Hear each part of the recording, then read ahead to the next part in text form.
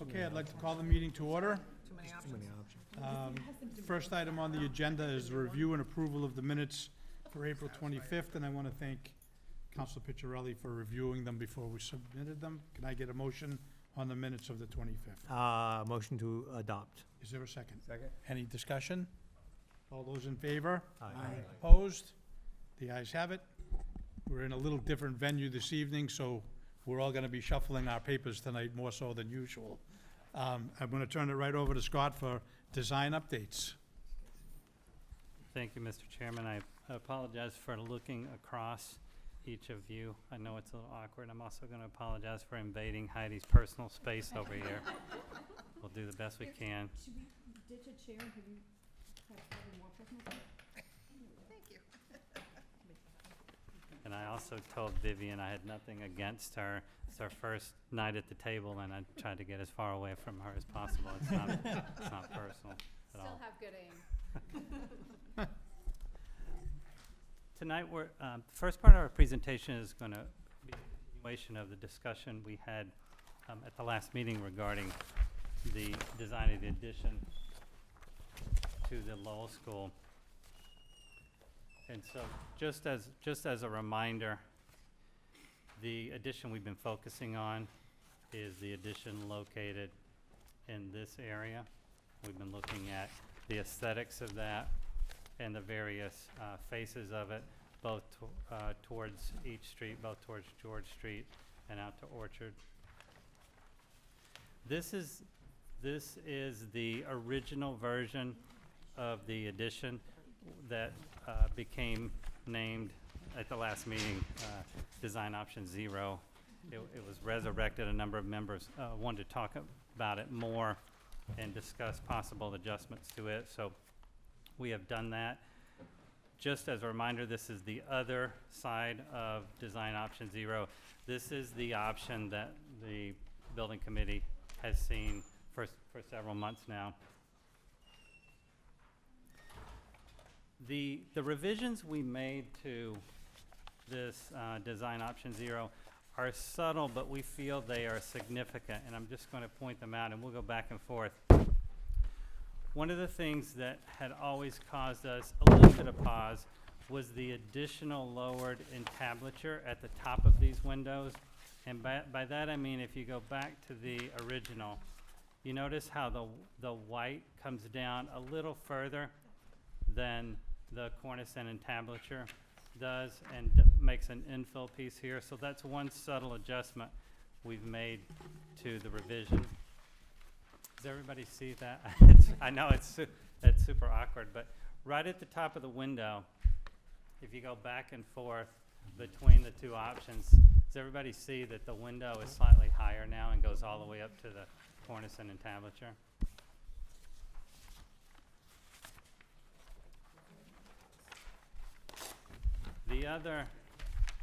The other subtle adjustment we've made is you can see the introduction of brick at the bottom of the window, raising it up slightly. That does a handful of things. In our opinion, it makes the base of the building slightly more significant, and it brings into balance a little bit more the entire building. By bringing that up, it also obviously brings that window line up slightly, adds some brick to the upper section, and takes a little larger step in a traditional direction with this particular scheme. And then we've clearly restudied the window patterning. Not only have we made the mullions white in this scheme, we've studied a variety of different reconfigurations for the window moles. This was something that came up in the last building committee meeting, so we did that. And we've used a module for those windows that matches the module for the existing building windows, and it's subtle, but we think it is effective, and it's an improvement on not only the color of the mullions in that scheme, but also taking a look at reconfiguring them, as the committee mentioned. You can see it. You can see the opposite face here again with the brick coming up, the reconfiguration of the window mullions, and then there's one other subtle difference. Previously, the lower windows were slightly smaller. They weren't as high, and we've raised those up closer to the plinth or closer to the cast capital that goes around the base, that pulls around the exterior. So those are the subtle adjustments that we have made to revision, or to design option 0, that were all part of the discussion 2 weeks ago. Also part of the discussion a couple of weeks ago was the idea that we might introduce even more brick on design option 0. So we are showing what it would look like if you did in fact introduce brick on the corners and close those corners. Other than that, this has the same subtle adjustments that the revision A that we just went over had. It has the raised window up to the level of the entablature. It has the brick raised up with a sill under the window at the base. And it has the higher window in the base.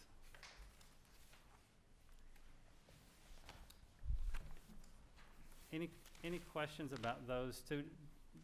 Did everybody, I know it's very challenging to look behind you, and I'm talking about very subtle differences at the same time. Did everybody get a chance to see those? Any questions related to revision A or B on that design option 0? I should offer, if anybody in the committee wants to go sit there, that's fine. Just to watch this part of it. Like Stacy. Okay. Stacy? John has a question. Just a quick question. I think this is what is meant to be, the windows, so you have, they're different sizes. There's a larger one in the middle, and then the two sides are a little. Yes. So that's one of the kind of design features that Well, you're shifting. It is. One of the things we've done is, if you could see, in the original, there's a pretty significant departure, not just in the color of the window frame, but in matching any kind of scale or proportion to the windows in the existing building. So it's not only adjustment in the color of the frame, it also takes the module or the size for this window that's on the existing building and utilizes that as the size for this piece in the middle. So sometimes when you borrow a size or a module from the existing building, even if you're doing something completely different with the window, it just helps marry the two together. And the relationship between the existing building and the addition becomes more strong in that instance. So, I'm sorry, so you're drawing the connection between the middle and the This- other windows? This center right. panel, just the center center panel. panel. Right, right. But then all of a sudden, the panels on each side of that become a half panel, and just proportionally, it starts to look like it is borrowing something Yeah. from the existing Yeah. building. It's very subtle, but we just Yeah, wanted yeah. you to know Yeah. that that's the reason we've reconfigured Yeah. the window frames Yeah. in that Okay. option, in that revision. Okay. This design option 1 is the option that was presented at the last building committee meeting as our favorite option if we were to take the building more traditional. Again, assuming that we wanted to take the building to have the building blend more with the existing building and take it traditional, but still have it make a statement about being a different space, a significant space associated with the building. There was some feedback that we received from the building committee. We made some subtle adjustments to this option also, which included adding brick at the top of those windows such that they become in line with these punch windows that you see not only in the 90s addition, but also in the addition that we're proposing. As a reminder, this is a piece of our addition, this is a transitional piece of our addition, and then you have the learning commons. And so before we had taken those all the way up to the entablature to match this kind of detail on the existing building, we just pulled those down to see what it would be like. I know it came up as part of the discussion, so we wanted to test it visually. And then you can see we've also brought the window up and inserted brick or kept the window at the same level, I should say, but brought the brick up to this level in our first revision to it. So the brick is up higher, and then we pulled the brick down over the top of the window.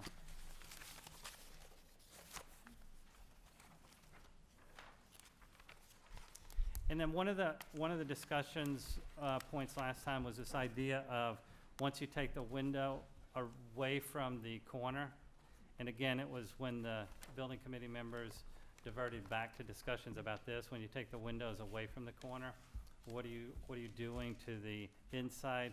And so we do have some images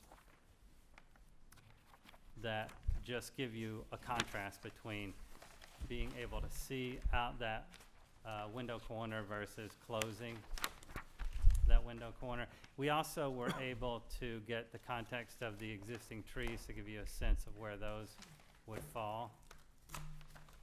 I think that's an actual photograph. We were trying to capture it. It is.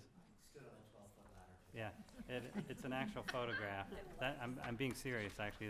That's an actual photograph, trying to get to the right point to accurately show the line of those trees.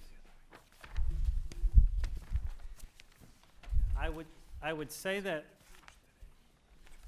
as we said all along, we're certainly interested in exploring anything the committee would direct us to explore.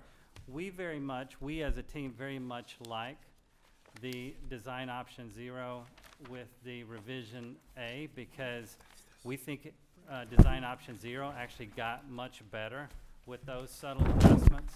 So we're all very much attracted to that design option, but we don't want to influence anybody who was on the traditional path. We will say that the subtle adjustments that we made to design option 1, we feel like made it more conservative and more traditional, and in some ways less special as a space. You would almost look at this and not necessarily be drawn to it as a significant kind of new piece within the program piece within the building. That certainly is subjective. You could argue other points on it as well, but that's after discussing it and testing a lot of different things in the office, that's kind of where we fell. But with that, I'll leave it open for questions and discussion. Thank you, Mr. And Chairman. that's why we're here, for this, John. Was your preference, revision A or B? It is A. A, okay. I think the difference between those is subtle, but I think that with the revision B, corner. it becomes more, it becomes more, even more traditional With B, with B. yeah. The main difference is the corners, right? It is the only difference. Yeah. Yeah.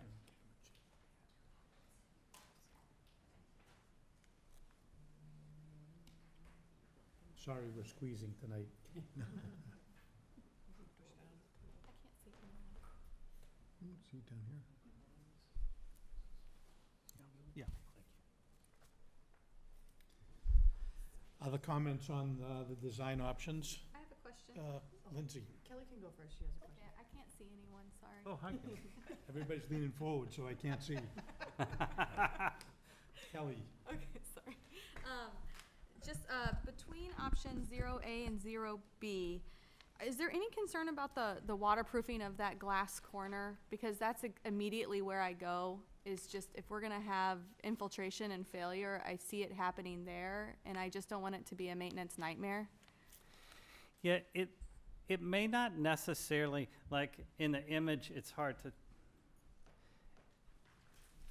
In the image, we are suggesting that we will introduce a mullion there in order to avoid a butt glazing situation where it might be hard to waterproof that. You could certainly butt glaze that as well. It's done all the time, meaning the glass literally looks like it's just coming together and there's no frame there. What we're suggesting is there will be a frame there that accepts the glass from both sides, and in that instance, we don't see it as being any different than a typical window frame.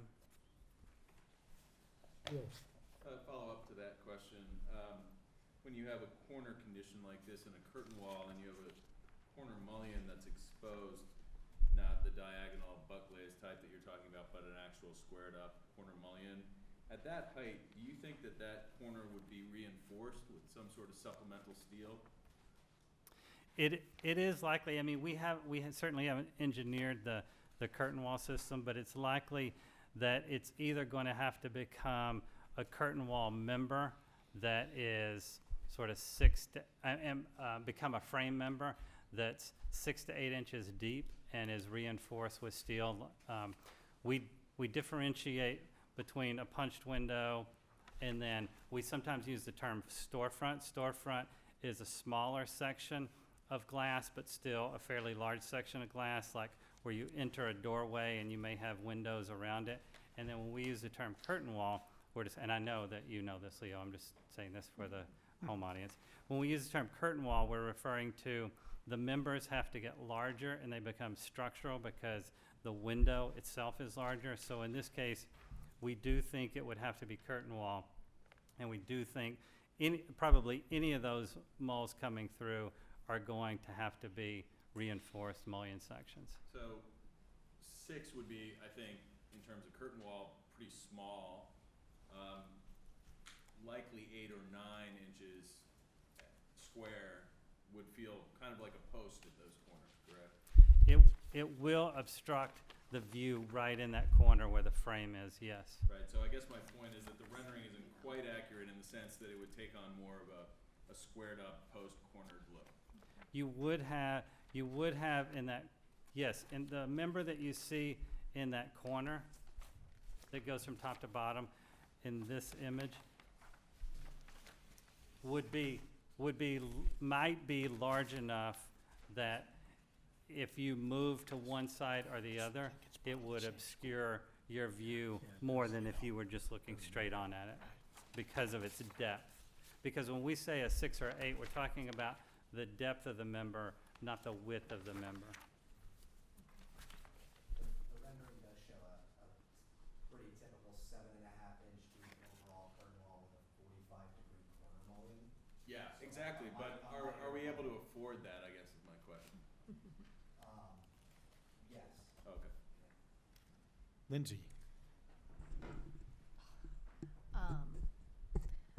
I just want to say that I was sort of in between camps before. I wasn't really sure, but I kind of didn't like all the white on the original option 0, and so I really like the adjustments in design option 0 revision A, and I do think that now looking back at like option 1 and the revisions to that, it does feel sort of so matchy that it doesn't feel new, and so I do really like how this option 0A looks. It totally is. I don't know how to spell it. Steve?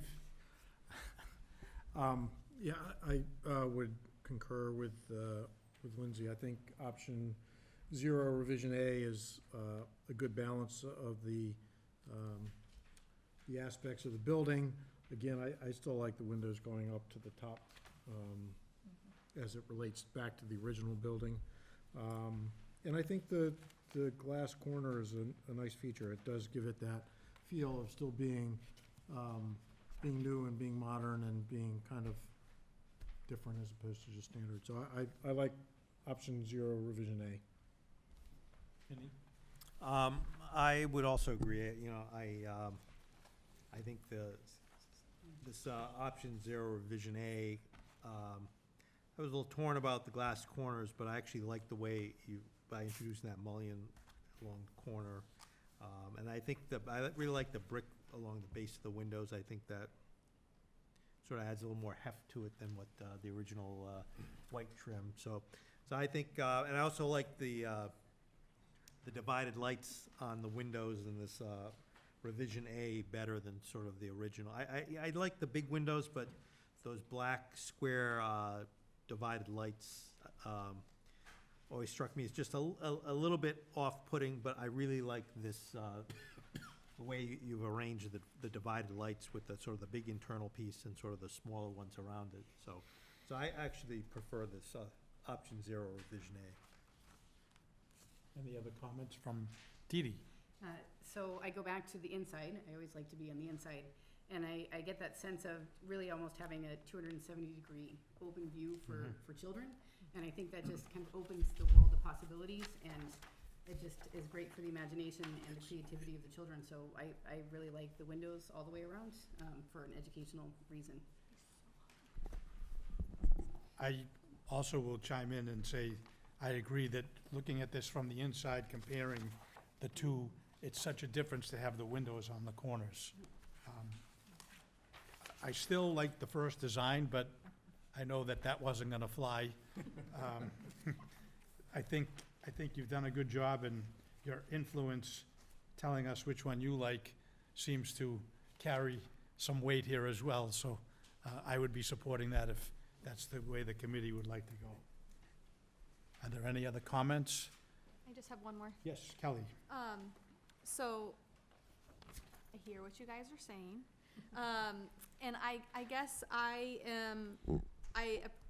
am leaning more towards the option 0, but I'm leaning more towards option B, and it really is coming back to that corner. And I understand that we have the glass corner and it's a beautiful view. I do wonder about the cost impact for that, very small portion, if it's really going to be worth it. I still have my concerns about the water infiltration. So I guess my question would be is, when we're pricing this out at DD, can we at least have option 0B as an alternate so that we can understand what that cost impact is? I think that's easy. Yes, the answer is absolutely we could do that, and we will do that if you'd like to do that. But I want to go back to the answer to Leo's question, because it's a good one, because we're at the end of design development and we'll soon be going into a cost estimating round. And do we know exactly what we can afford on the low? I think the answer is really no. We don't know yet, because we've got a whole round of cost estimating to go. I would say that based on my experience in the past, I don't think the cost estimator is going to say there is a significant differential, if any, between a solid brick wall and that glass corner, just because there is a significant cost associated with introducing brick there too. But we can let them give us exactly what that number is. But our whole objective with this round of design development cost estimating is to be able to see a lot of different components in the building and exactly how much they cost and how they fit into the overall budget. We're going to talk about that a little bit later in our presentation.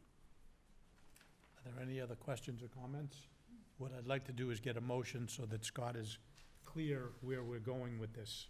Mr. Chairman, I'll make a motion that the school building committee agrees to move forward with design option 0, revision A. And also as an alternate. And if you want to do that, okay. Yes, And as please. an alternate, during the pricing exercise, to price out design option 0, revision B as an alternate. Could we do that as 2 votes? Or, Can we do it we can do it either any way you want. well, because I technically oppose the design option, but I don't oppose the alternate. Okay, let's do it as 2 then. First, So the first motion is school building committee recommends moving forward with design option 0, revision A. is there a second? Any further discussion? All those in favor? Aye. Opposed? Nay? Okay. 2. Okay. And then Vinnie? Make a motion that we ask the team to, during the pricing phase, to provide a cost alternate for design option 0, revision B. Is there a second? Second. Discussion? All those in favor? Aye. Opposed? The ayes have it. Unanimous. Thank you. Scott?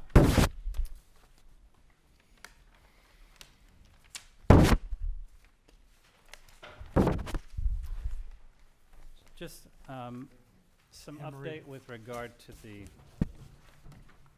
Hosmer Elementary School.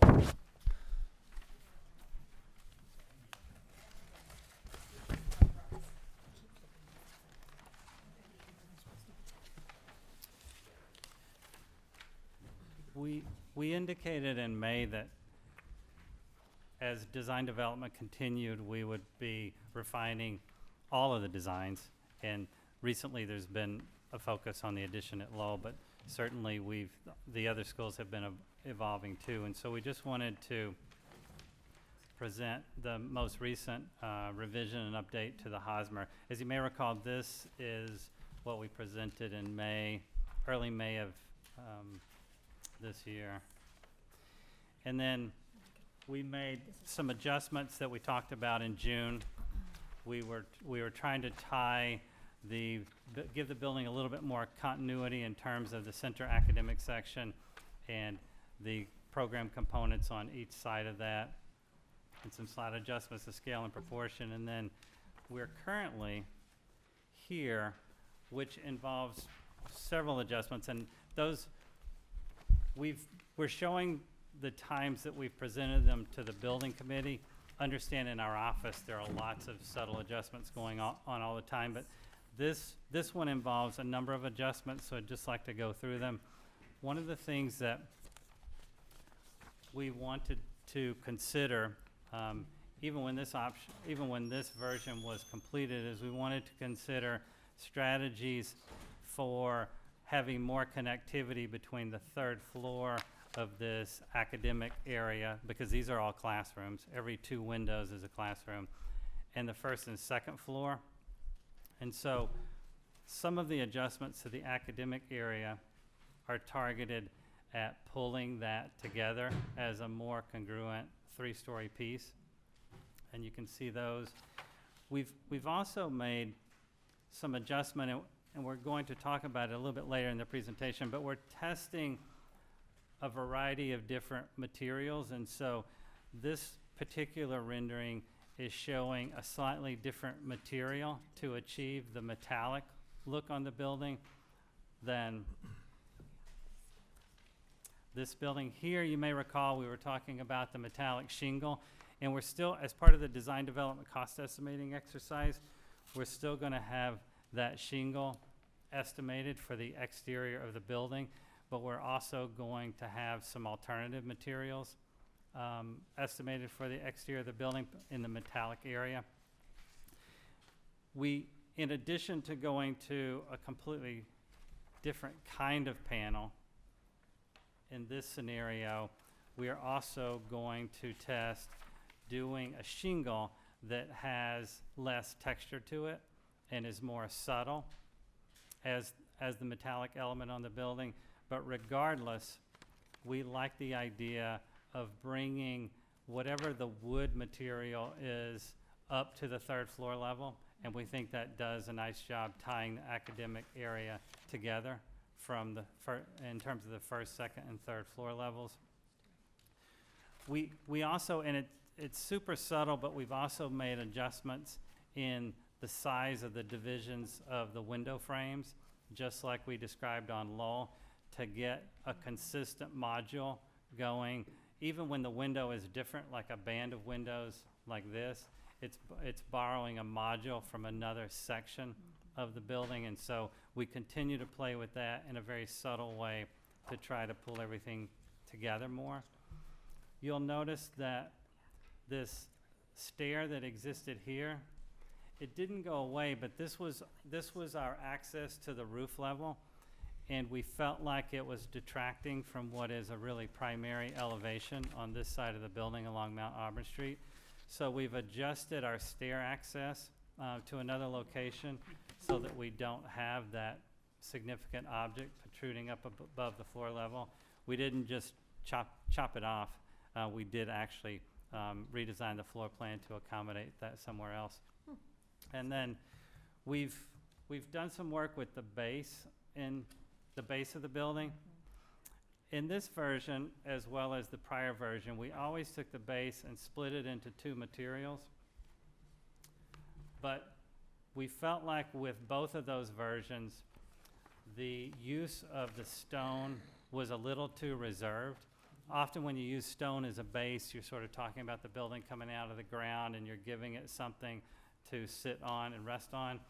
And we felt like on these corners that it made sense to try to bring that up and make the use of stone more significant. It also has a functional property, which is a material that protects the lower wall better than introducing the metal down there. So this adjustment is bringing the stone up along these areas of the building. We still like the idea of keeping it a little lower at its original height here and having the windows notch into it, because it engages them in a way that we like. But that's a subtle addition. And then, although you wouldn't be able to tell it from this rendering, we've made subtle adjustments to what we often refer to as datum lines, meaning the horizontal lines going across the building. We may try to line up this roof edge with a mullion over here, or with the top of this window. And so there are a lot of subtle adjustments in the horizontal datum lines to make less lines, but to bring everything together more consistently. And all these are things that happen during design development and actually continue to happen in subtle ways thereafter, but they're all representative of adjustments that we're currently in the process to making on the Hosmer. Questions on this updated design? Lindsay? I just want to say, I really like the changes here. You know, I think that it makes it look less like all the apartment and condo developments that have been going on as well. Like, I mean, which I think is a positive. To me, it looks more like a school, and I really like that. I like more of the stone. You know, I think at first when I saw the original designs, I really liked all the red, but I actually really like it without. Now that I'm kind of seeing it with less materials, it feels a little less busy, but it looks a lot more like a school, and less like some of the sort of repeat we keep seeing with a lot of development in town. So I like that. Comments? Steve? Scott, could you talk a little bit about the, it looks like a shading element. If you look all the way to the right and all the way to the left, you can see a shadow line across the wood panels. Could you just talk a little bit about that, how far out that projects and what that would be? We're showing a horizontal shade that is coming across right here on 3 different levels, here, here, and here, that then wraps that corner and goes along that facade. And then we're showing the same thing here. We do have versions of this where we have tested that same shade across even the classroom windows as another unifying element to the building, moving across not only the end program areas, but also the center academic area. And it does a nice job in those areas in tying the entire building together. We're still experimenting with that. They become super important on the south side of the building, where we've got a very similar vocabulary. They're still functional, but not as functional on this side of the building, but we've got them in this rendering because we think they do a nice job of tying this part of the building to a part of the building where we know we're going to have them, and they do provide some value here. So for now, we're showing them in those locations on the building. I agree with Lindsay again. I think the changes look nice. I like the increase in the wood tone as well as the stone, you know, both natural features that, even though the wood's not really natural, but looks natural. I think it looks very nice, very attractive. Any other? Laurie? This is gonna sound a little bit out of place, but in the future, can we show where the dumpsters are gonna be in the shade? Because I think right now, it's like a nice open path there, and I know that that's not gonna be the case, so I think we need to start seeing that.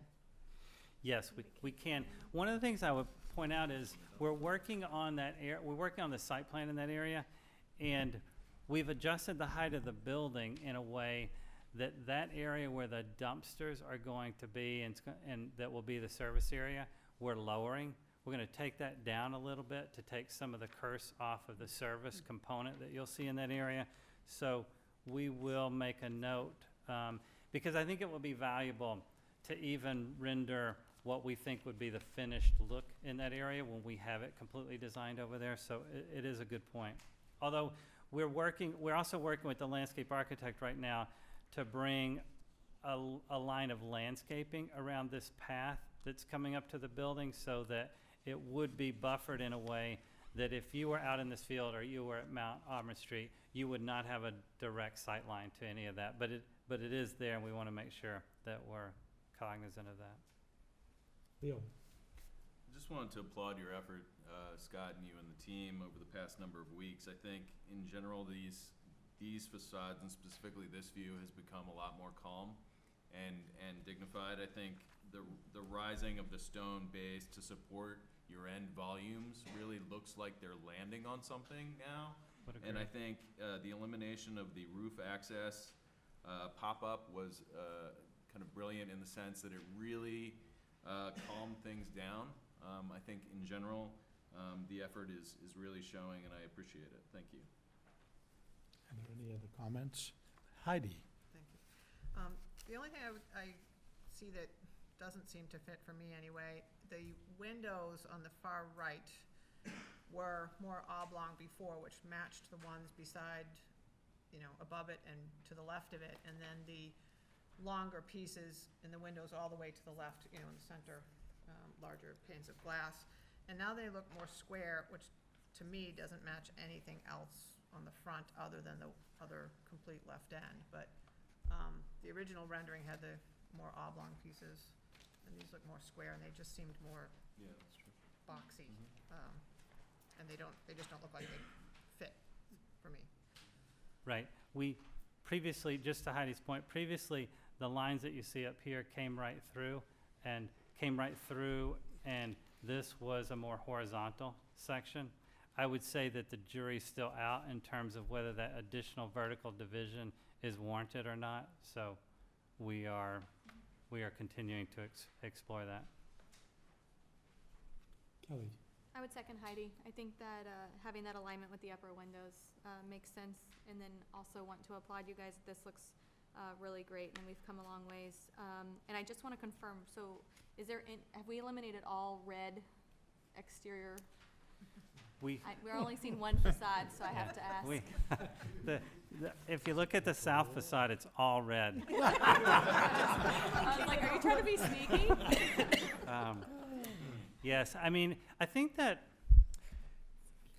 it's interesting, but we're going to talk about materials in a slide that we have coming up. But I think that as the design has morphed into its current stage, it's starting to feel more sophisticated and more collegiate, in our opinion. I know those are very generic terms, but we feel like it's becoming more elegant, more sophisticated, more collegiate, which is perfectly fine. We love that direction. But with that comes this idea that you don't splash it with color, although that's often done in elementary, primary school as an element of playfulness. We think that this architecture is, interestingly enough, and even playful enough, with the more reduced palette in terms of the number of colors and our materials, that it does everything that we would want it to do. So right now, our assumption is we would not have those colors on the other. Good answer. I will say just one thing, that I appreciate the paring back of the materials and the color option, colors present on the facade. I think, the stepping back and the isolating what are the primary tones for the building are critical, and the warmth of the composite, I think, will bring a lot to it. I think It absolutely I think will. it will feel very attractive in that way. Oh, it absolutely will, yes. I also want to comment on the red roof access from the 19th was horrible compared to this. Well, so- we really made two mistakes there. We allowed that roof to pop up in that location, and then we put a color on it. So we've corrected both of those mistakes. Anyone in the audience have a comment? Come up to this microphone, please. Unfortunately.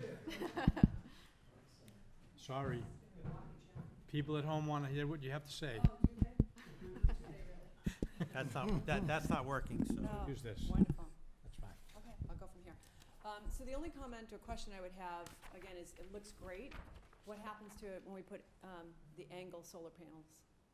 And how do we, make it so we don't see those.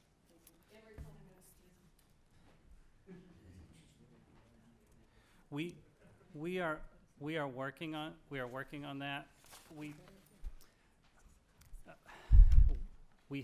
Our solar engineer has done some layouts for us for the photovoltaic panels.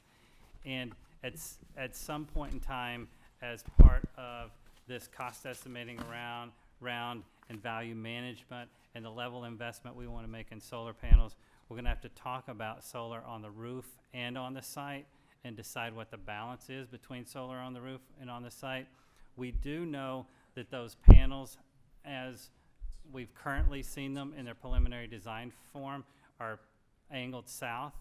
We do know that we've pulled them away from the roof edge quite a bit, and we know that whatever frame we use to hold them up, we want it to blend, I don't want to use an architectural term, but from a tectonic standpoint, from a materials and blending with the rest of the building, we don't want it to look like somebody purchased a frame at Home Depot and put it on the roof. We want it to blend in architecturally, so we certainly have our work cut out for us with regard to that, and we are going to show it when we know what it looks like. Right now, there are just too many design parameters still up in the air for us to start showing something. It might not be anything like what it would ultimately be. So I would say by the end of August, early September, we'll have a much better idea of the magnitude and the aesthetics of what those would be like.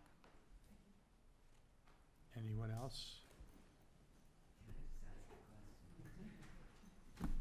Sorry.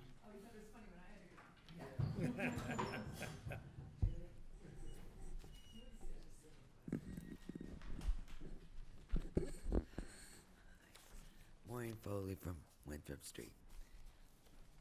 What is the stone? Is it like half-inch stone, or is it a real, you know? It's what's the material? yeah, Is it fake? It's not fake. It's real stone. Depending on the manufacturer, it's typically 2 to 3 inches deep, and it's set in a bed. You know, it's sort of that deep, and it's set in a bed of mortar and cement board. It's not stacked, meaning it's not like a large size stone that somebody builds up by stacking stones. They do come as panels that integrate into each other. Almost like tile. Yes, but thick. Yes, but much thicker and real stone. They make products that look like stone. Our proposal right now is that it be one of the real stone products. Can I vote in on the Lowell School? It's too late for that. I know, You but I can just want make a comment. on record. I want to just say I like the original design too, but I'll take the one you guys voted on. I don't really like I the got last somebody one. supporting me. I don't really like the last one. Duly noted. Okay, for the record, that is noted. Scott, continue. I mentioned materials because we want to talk a little bit about the alternative materials that we're looking at for wood currently. When we first started considering wood on the exterior of the building, we presented and talked about a wood composite material that's very much like a decking material, except that it's put horizontally and is used as a horizontal cladding material. And we presented samples and talked about that a lot. There were some concerns about the vulnerability of that. There were some concerns expressed about the lifespan of that and how that particular product has not been used as a horizontal cladding product for as long as some other alternatives. So as part of our recent design development work and as part of this cost estimating of design development, there are 2 other products that we're going to consider to get the wood appearance. We think both of them, I used the word elegant and elegant and sophisticated earlier. We think both of the alternative products have a more sophisticated and elegant look. We'll bring them to the next building committee meeting, but they are defined as the first one, an aluminum composite panel. This is essentially a sandwich panel where they take sheet aluminum and bond it to two sides of a core. And depending on the core can vary depending on the manufacturer, but it's essentially some form of polycarbonate core that it's bonded to, but it can look very much like wood. You can see the samples here. You see a photograph of an actual building.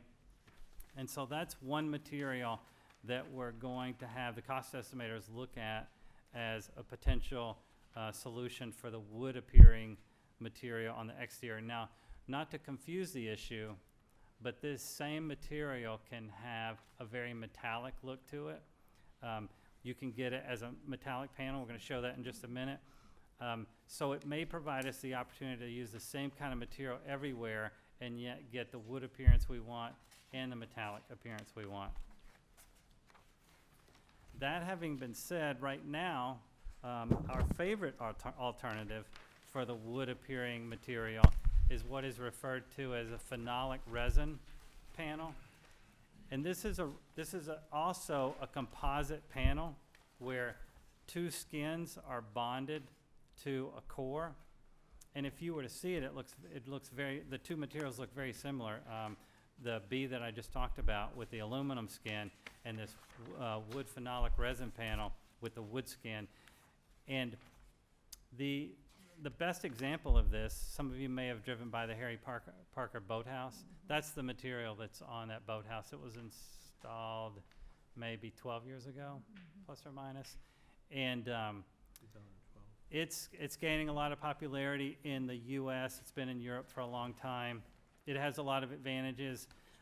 It happens to have an environmental product declaration. You may recall that we said as part of the lead requirement in the materials and resources category, we're going to have to utilize a number of materials on the building that have environmental product declarations. That means they've gone through the process of getting their entire manufacturing delivery process certified as being consistent with utilizing the appropriate raw materials, eliminating or reducing off-gassing as a result of their manufacturing process, and minimizing their distribution disruption to the environment. So it does happen to be one of those, as well as I should have pointed out the last one also has environmental product declarations. So we'll be looking at the materials on all the materials in the building to try to find as many as possible that comply with that. This one happens to comply with that, and we're going to have it estimated as a potential exterior cladding material for the building. And then within the metal spectrum, where you see metal on the building, we're going to have the metal shingle that we previously described estimated, but we're also going to have that aluminum composite panel that I described earlier as having the ability to have a wood skin on it, or a wood appearing skin on it. We're going to have it estimated as our metallic material on the building to do just some price comparison among all of those. If from a pricing, from an aesthetic standpoint, we think the products that would give us the look that the building appears to be morphing towards would be this aluminum composite panel in the for the metal look, and then this phenolic resin composite panel for the wood look. But we need to go through some cost estimating, more research. There's a school in Needham that you might be familiar with. The new elementary school in Needham actually utilizes this phenolic resin composite panel. I'm trying to remember the name. Sunita Williams School in Needham, just finished construction, utilized this material on it if you're looking for something besides the boathouse to go drive by. Steve had a comment? Yeah, I have worked a little bit with the composite wood, and while, you know, it doesn't need to be painted or stained or any of those things, I have noticed that the color fades over time, and particularly in the sun. Could you speak to the other two and their resistance to fading? Sure. The reason we're very high on the C, the phenolic resin composite panel, is because that's a natural wood placed behind a protective, clear, high-pressure laminated surface in a way that it's not, you know, it's not colored in a way that it would fade, like the wood composite you're describing.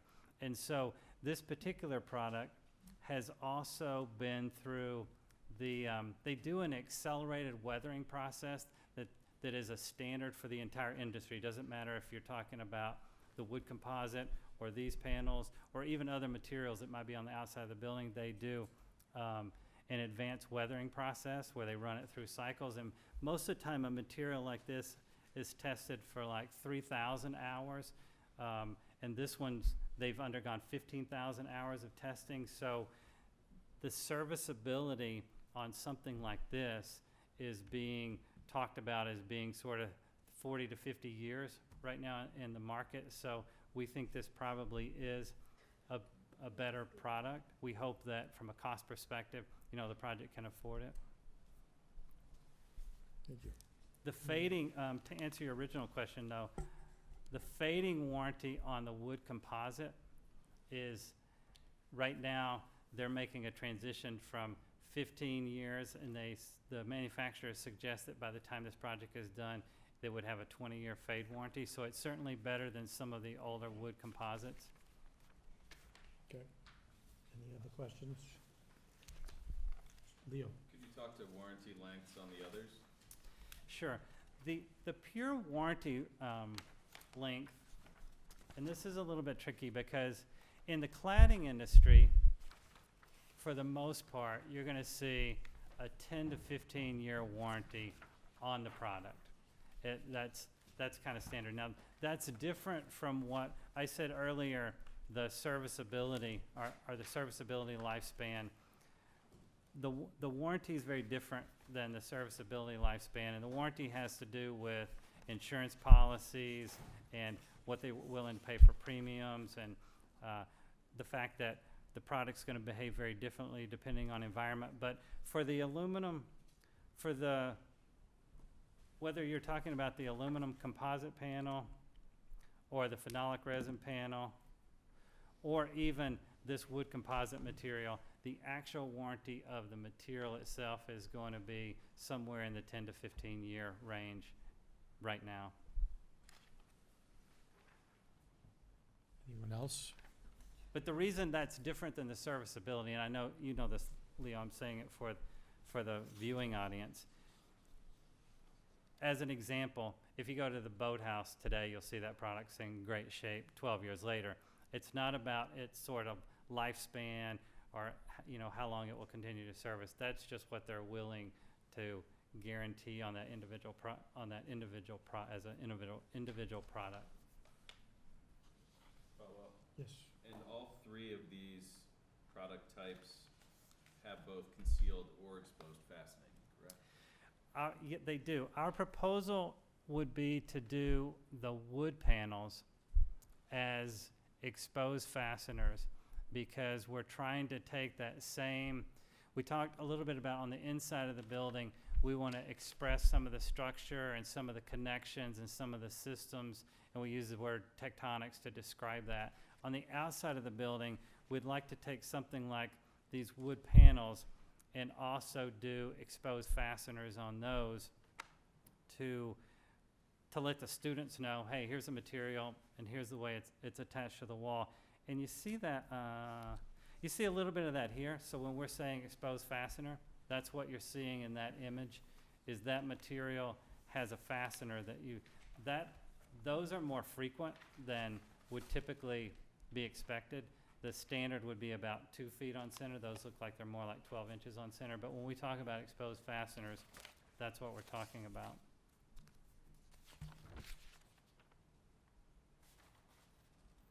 Yes, come on up, please.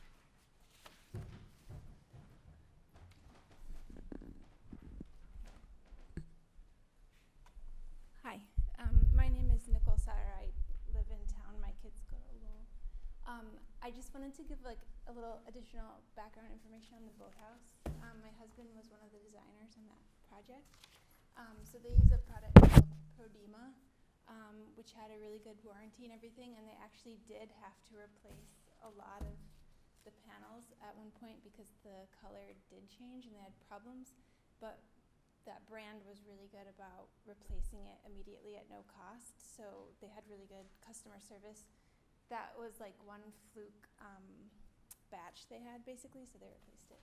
And I only get up and say that because it looks so much better than the other wood composite options. At my firm, when we were, I work at an architecture firm also, we were doing a courtyard with wood panels, and they were originally going to use this Prodema. And because of what was going on at the boathouse at that time, they backed out because they got nervous. And so we used a different product, and it is not as beautiful. And they also, here they don't have exposed fasteners, but on our project they did, and it actually looks way better without the exposed fasteners. They hide the clips in the back on this, and you know, it's just a cleaner. Thank you. But that's just background. And just to add to that, because she is correct, they were, when they first did the boathouse, they used Prodema HQ. It was the best technology they had at the time. It was their second generation of the product. And what the panels started to fail, but they had their third generation product available, which is Prodema Prodex. And that's the product that's had such great success since then. And that's the product that's getting really widespread use now in both the US and Europe. So, Any other comments? Okay, here. Scott? Oh, sorry. I would just agree on the exposed fasteners. I think doing the without the exposed fasteners might get the aesthetic that is shown really on the renderings, because you're really going to be able to see the joint between them. So I just I think that siding appearance that I think we're all finding appealing would go away. I think it depends on the color and size of the fastener. Like, the preferred and most economical fastening method for the Prodema now is not the blind fastener, it's the exposed. They do an exposed fastener that's color coordinated with the siding so that it essentially goes away to the eye. But in applications where we've seen the stainless steel fastener, it's a fairly small fastener, and we think it looks fairly elegant, but we can certainly continue to debate that. Just to follow up, because I'm not super familiar with the material. So without the exposed fastener, would you get a shadow line, like what's shown on the image? Which image? See? Where your cursor is Yeah, right yeah. No, right. the boathouse, we show it because it is close by and people are familiar with it. But our intention would not, they've got this opened up to No, I'm overlap. not I Yeah. understand that. I'm talking about below, so where you're showing the fastener types. So you've got the exposed on the left, and then the non-exposed, that one right there. So between these two, Yes, because you're showing us the exposed and the not exposed, right? That's the intent? no. With these, we're just saying that you can have the option to choose the size of the panel. So what is that fastening right there? It's hard to say in that image. It could have the hidden fasteners because they're so hard to pick up at that scale. Yeah. It could very well have the hidden fasteners. They're very hard to pick up with the I guess naked what I'm eye. saying is, I think that looks a little bit more elegant, and I understand, teaching the kids how it comes together, but I think just based on the renderings and what we've seen so far, we're gonna lose a little bit of that with the exposed fasteners, or that would be Got my it. concern. Got it.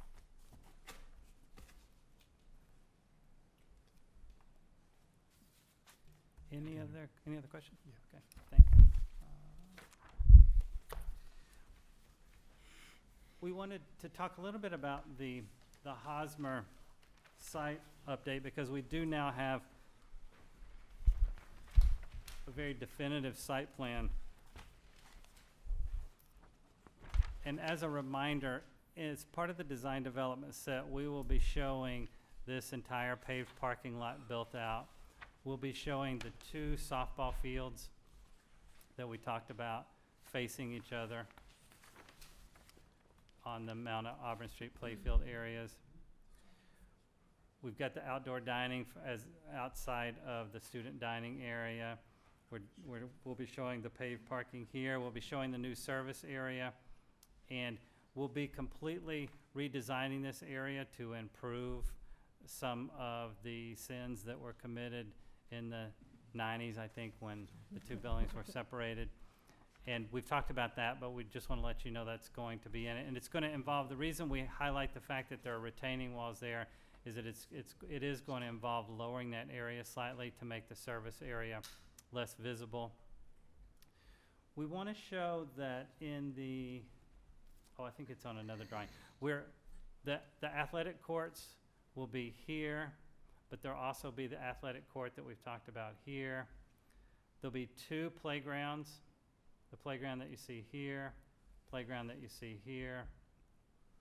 We've talked about all these in pieces, by the way, but I'm not sure that we've ever had them all on the same plan. We want to highlight the fact that we have done enough investigation to know that if the Hosmer needs 4 additional classrooms as part of consolidating to the Z-shaped building, our preferred location and configuration would be here. That's what that's demonstrating. We're giving an idea of where the current Z-shaped building is going to be located. In a future building committee meeting, we're proposing going back through the preliminary phasing for all of the projects. When we do that, we'll be talking in more detail about the proximity of the new construction to the existing building and the precautions that will be taken in that area. We are, as part of the lead requirement, we're developing and tying into bicycle paths that exist around the site, and it means we have to bring covered bicycle parking onto the site, and so we're identifying that bicycle parking area. And then this is the student garden area. And then I think everybody remembers the primary public entrances to the building.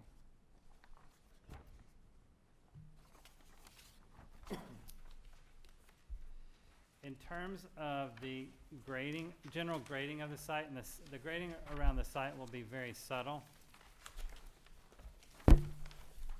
But there will be a slight cross grade on these fields because we're bringing the surface drainage to here. There's a rather significant underground infiltration system that we'll show on another slide, but there'll be slight grading towards here, and then infiltration occurring along that edge. Here we'll have some regrading at the front of the building because this is going to be a public access, and we're getting accessibility up and into that gymnasium entry. And then on this side of the site, there'll be a slight grading away from the building and into this new recreation park playfield area. Scott, the lowered area that's between the two softball fields, that kind of juts out in a little bit, that would prevent us from using that as a rectangular field. Could that be pulled back and maybe lengthened or something so that we'd still maintain a level rectangular field? It could. Right now, the civil engineer is working on sort of a combination of what may be a rain garden and some other components over there to take the drainage from here and find a place for it to go. Mm-hmm. But I don't think it has to maintain that exact configuration. So we can certainly take a look at adjustments to that. Thank you.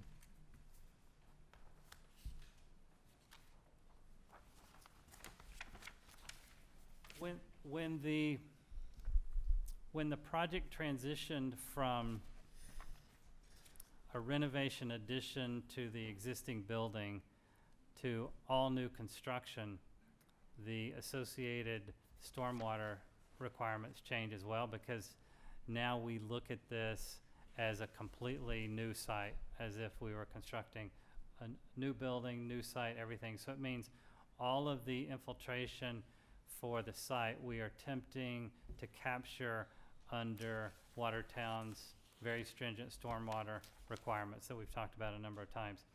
That means that it appears at this point in time we may have to utilize the existing playfield area as a stormwater retention zone, meaning below the ground in that area we'll have to excavate, do an underground infiltration system over that entire area, and utilize that as the primary retention zone.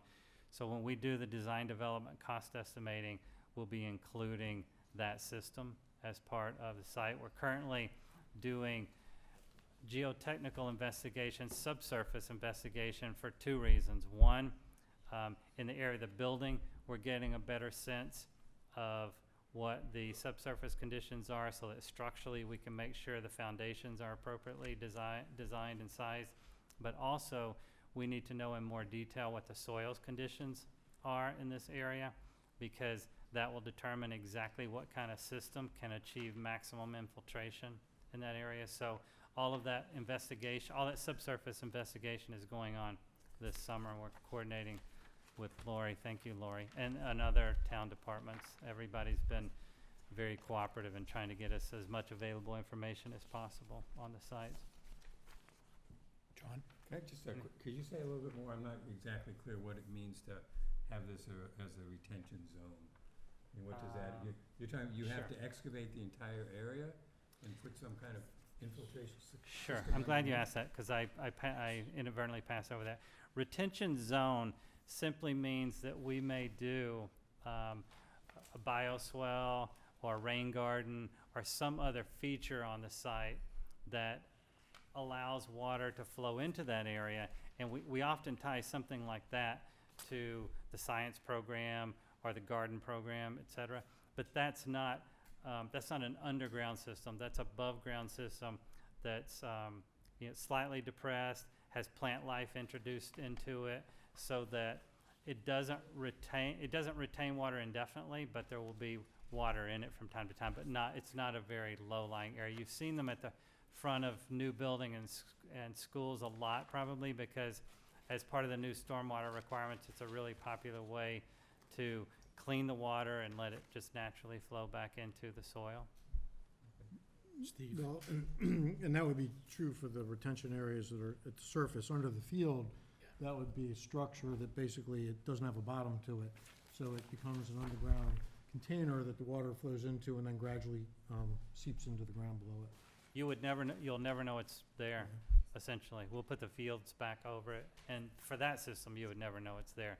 These are the rain gardens and the bioswales and other, a different kind of feature than the stormwater retention zone under the ground. I think we need a challenge flag so you can get your attention when I'm trying to. Scott, if you could go back up to the site improvement, 2 slides up, please. That parking lot that we're showing there, this might be more of a question for the town officials. Is that ours to use for the schools, or is that part of the neighbor's agreement, the Brigham House? Because that's an existing lot, correct? We're showing a paved lot. I just want to make sure we don't get parking counts confused with something that may not be ours to use. I think the portion across the front of the Brigham House, that'd be accurate. The portion over along the street, I think doesn't have any tie to Brigham House. Okay, that's the one. I'm looking at the one on Concord Ave, yeah. Is that, Yeah. that's not tied into the Brigham House? Okay.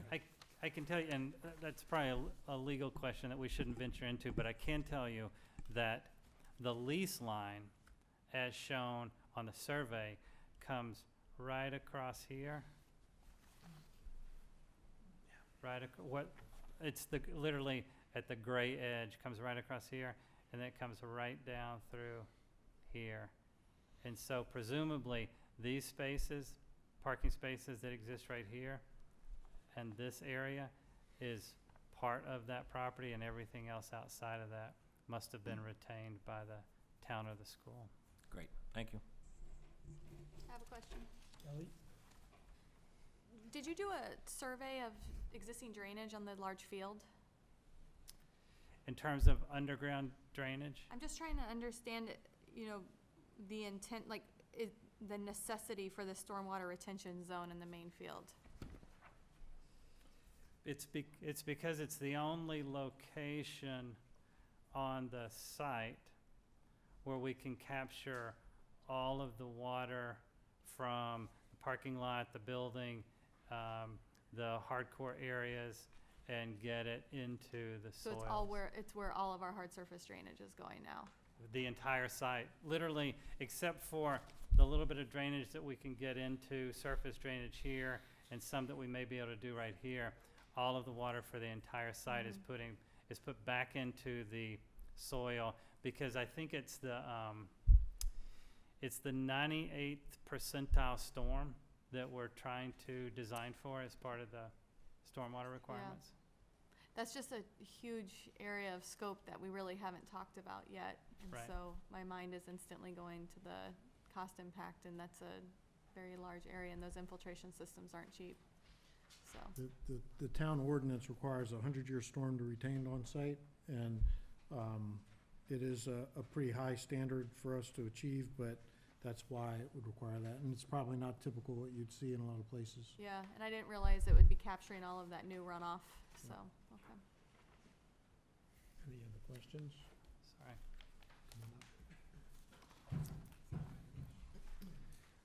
An update with regard to the, oh, I'm sorry. So I have, Anne Marie Clinton, Winthrop Street. I have a couple of questions. One in regards to the field. So that top right field typically floods now, right? It's baseball season, and we've always had flooding on that field for the 25 years or plus that we've been there. And I'm just curious how that will resolve itself. That's part one. And then over on Chauncey Street, when they redid the Chauncey Street to, I think it's Hancock corner there, that whole street flooded during the construction. It wasn't passable. It was that bad. That's a brand new street. Right. And they had to come out and, I don't know, you probably know better than I do a lot of extra work to get it so that the flooding was resolved. So I'm concerned about that piece. Yeah. It's better than it was. DOT did that.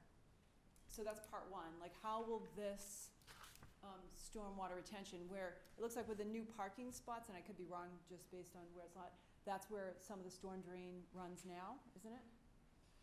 Say that one more time, I'm sorry. So with if we're pushing the building and the parking a little bit more out to the field, Yeah. right there where you Yeah. had the outdoor dining, Yeah.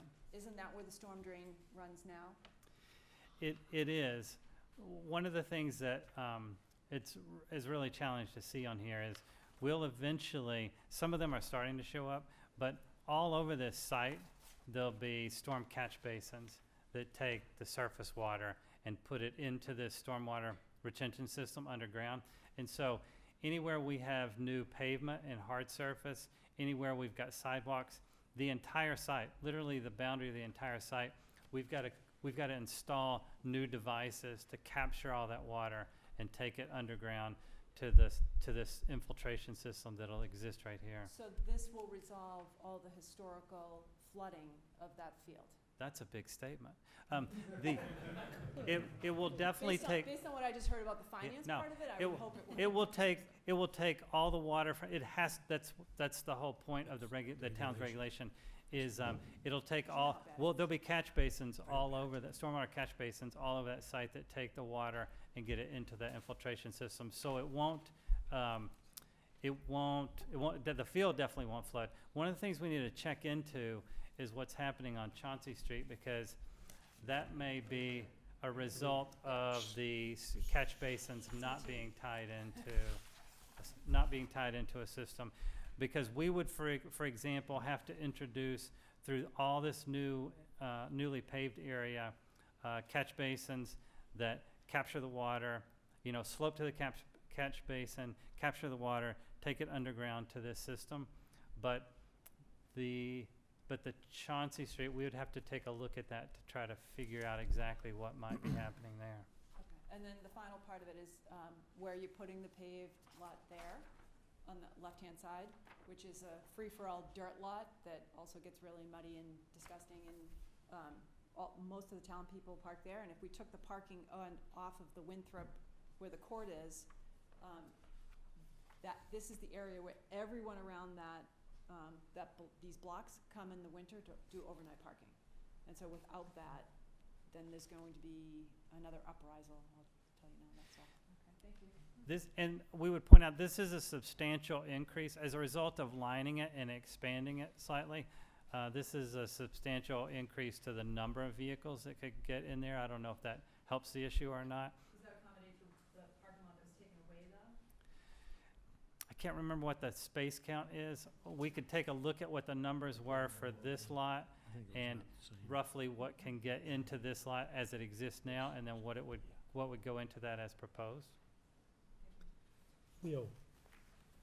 I'm just doing a little comparison between the site grading, site drainage, and this diagram here. So here we have a stormwater retention zone beneath, almost running home plate to home plate, right? And, sorry. On the site grading plan just before that, I see that we are still grading in the long direction diagonally towards the school.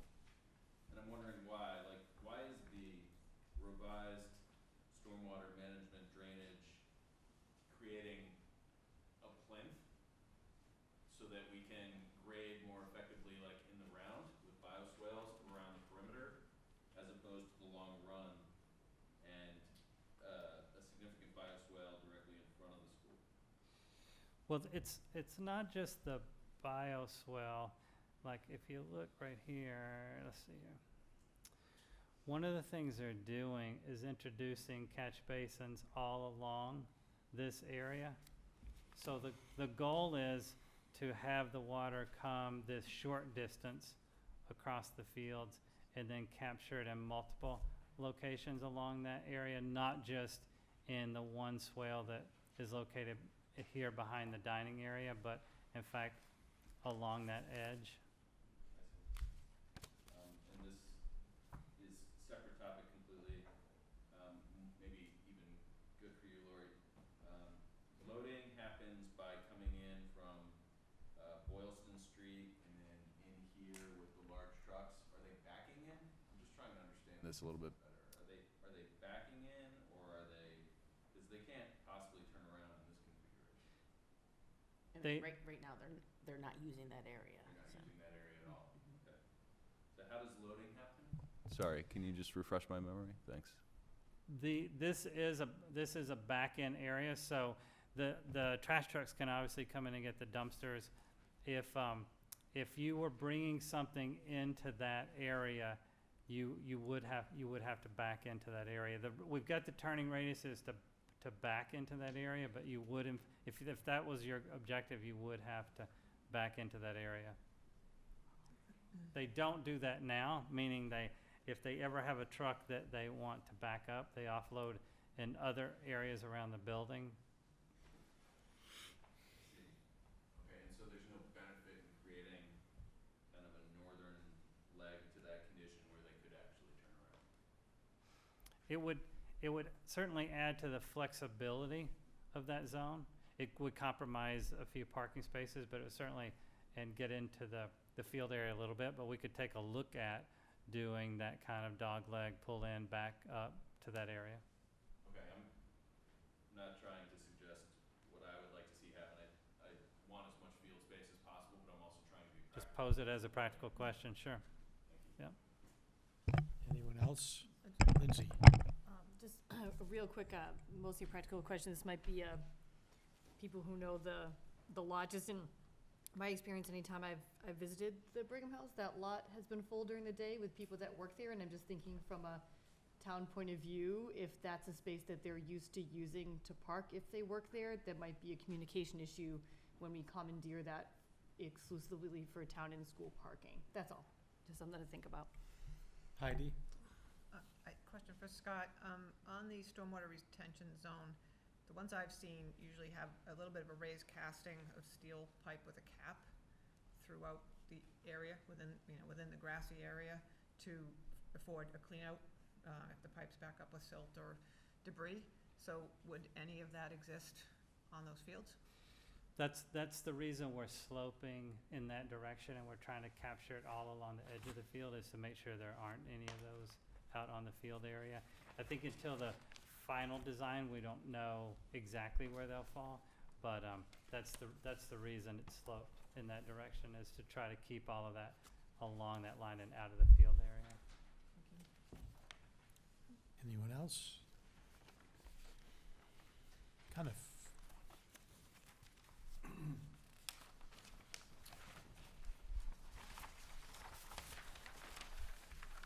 On the exterior of the Cuniff, we have continued to look at and adjust things just like we have on the Hosmer.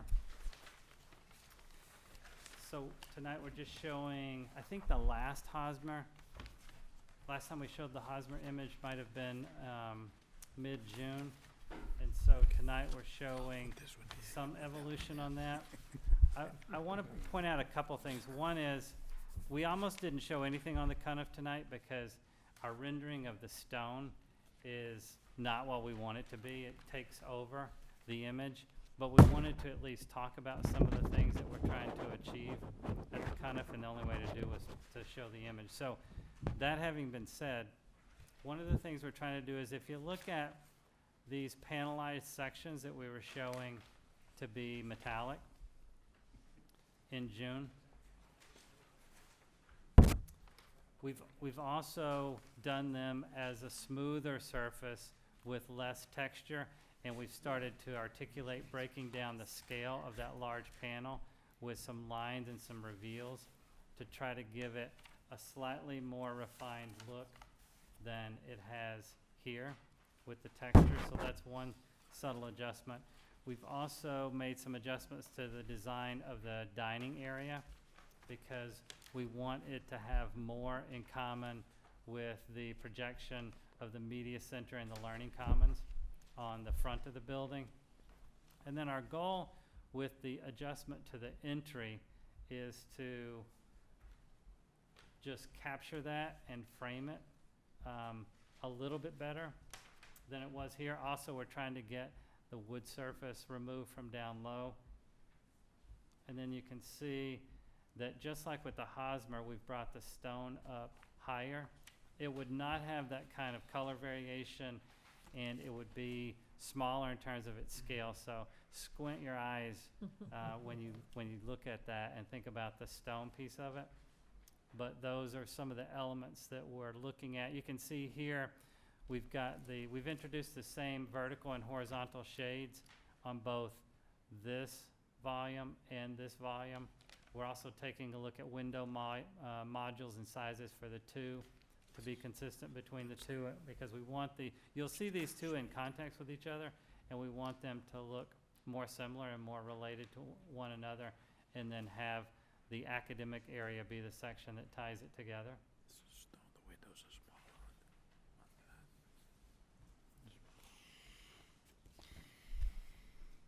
that. Comments on this updated, John? Yeah, so the stone that you're proposing would be darker than what we're seeing here? Is that what you're saying? I mean, you're saying this doesn't really capture it very well? Yeah, I think that it has so many problems, like I don't know where to start in terms of its color and texture. Then why'd you show it to us? We wanted to show you some of these other elements, but we knew the stone would get in the way. It would not have the significant color contrast to it. The stone, and we brought the actual sample about a month ago, and we haven't changed from that sample. But the stone that you see here at a slightly smaller scale, meaning broken up into smaller pieces, is what we want to achieve. And instead, the way this rendering came out is it's very splotchy. It looks like all the pieces are fairly similar in size. It looks like it's got a really super rough texture to it. And we just think it's distracting in terms of blending in with the rest of the building. But the fact that we want to take it up on the side of the building, and we want to utilize it for this entry and this entry as a unifying material and element on the two entries, is something we are exploring.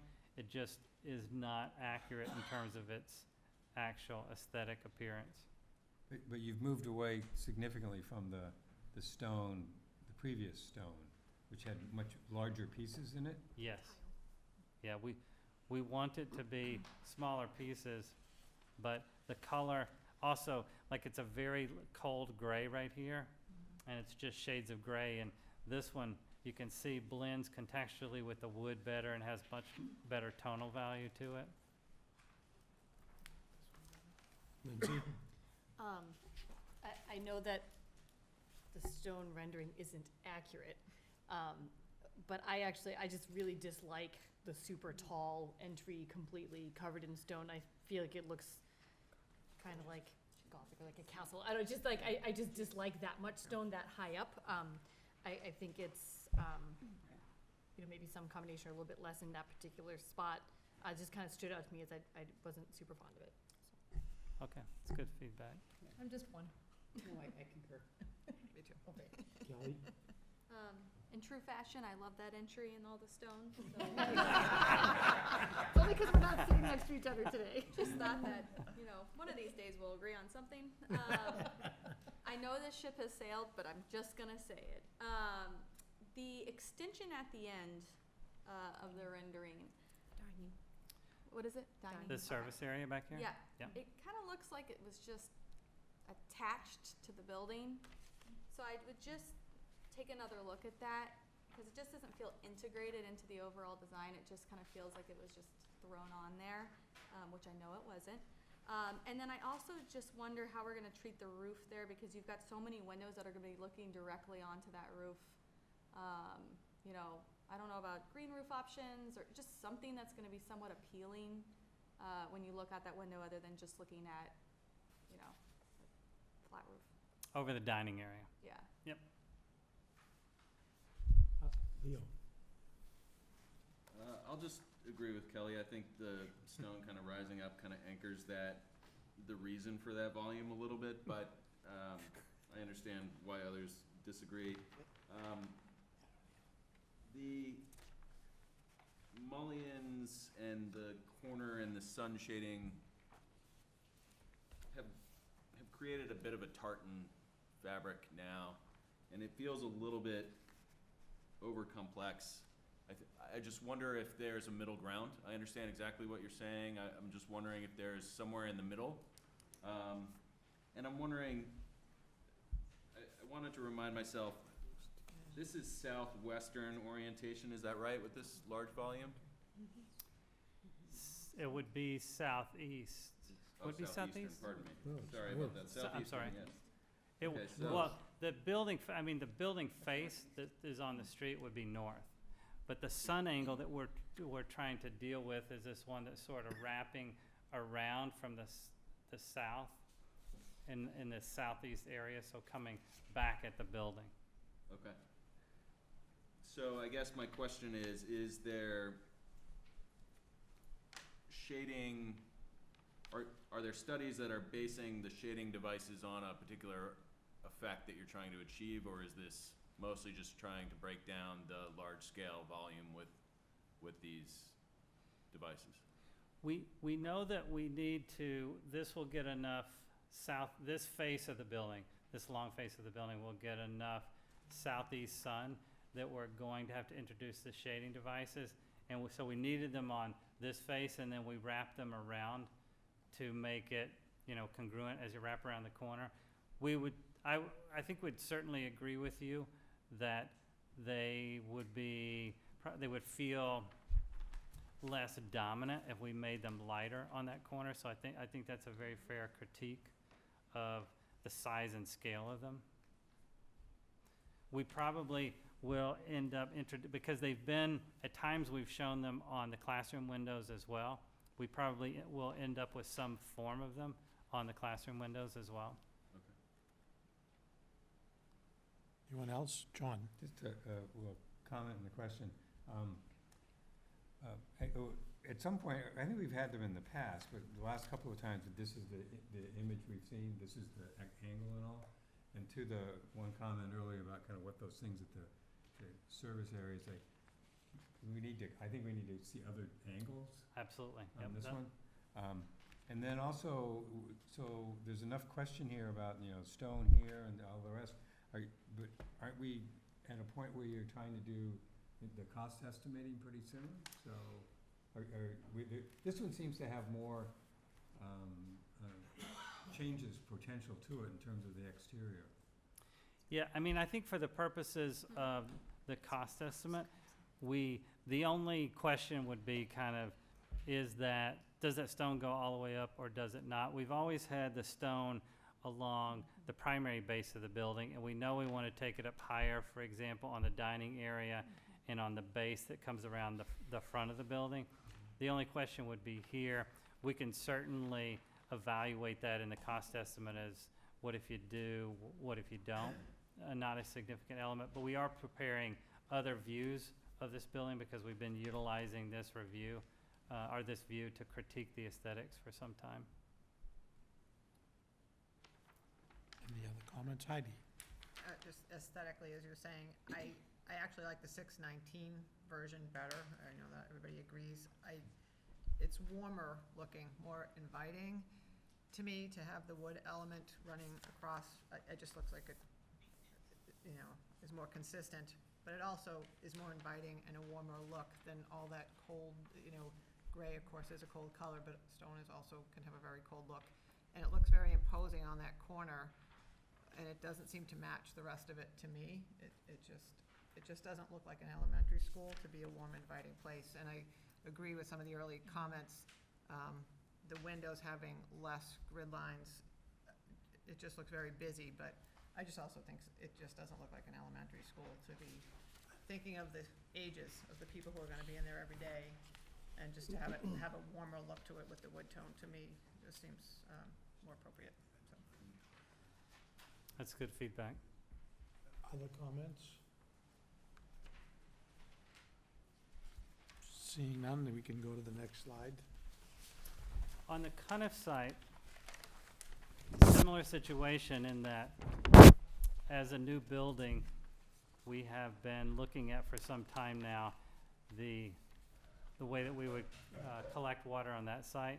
And this is just showing the approximate size of the stormwater retention zone on the Cuniff site that would, again, be underground and would satisfy the requirement of collecting all the water on the site. This is what that may potentially look like, and it's a little confusing because it's in black and white, but this is the proposed grass surface or ground surface. And this is showing the chambers that would be underneath the ground, and the fact that they would have gravel around them, and then the water actually, and this is showing in plan, if you were to look down on them from above, this is a chamber running across, and then the piping that comes into that system.